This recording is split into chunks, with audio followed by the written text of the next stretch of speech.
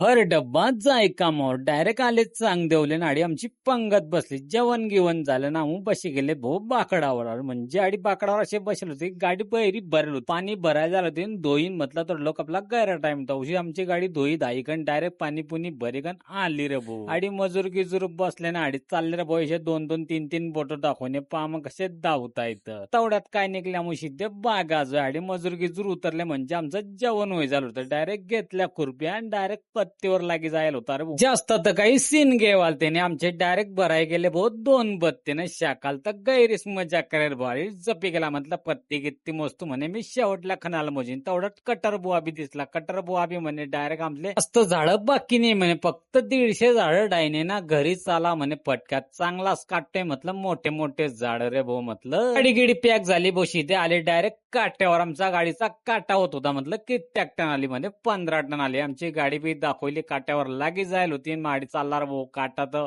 काटा गिटा होईन म्हटलं तड लागतं. इकून चालल्यावर भाऊ चिवडा चावडा काही पुड्या पाड्या खाण्या म्हटलं मजुराची आडी काय चालल्या भाऊ 2-2, 3-3 बोटो दाखवईन. गाडीचा काटा गिटा झाला म्हटलं चला पुढे आडी डायरेक्ट सीधे डायरेक्ट मजूर बशी गेले आडला मस्तनपैकी घेतला एक सीन करी घेतला. पाम कसे बसत होते मजूर तर मजूर गिजूर बसले भाऊ सगळे नाशेच ब्लॉग पाण्याकरता या आयडीला फॉलो करा.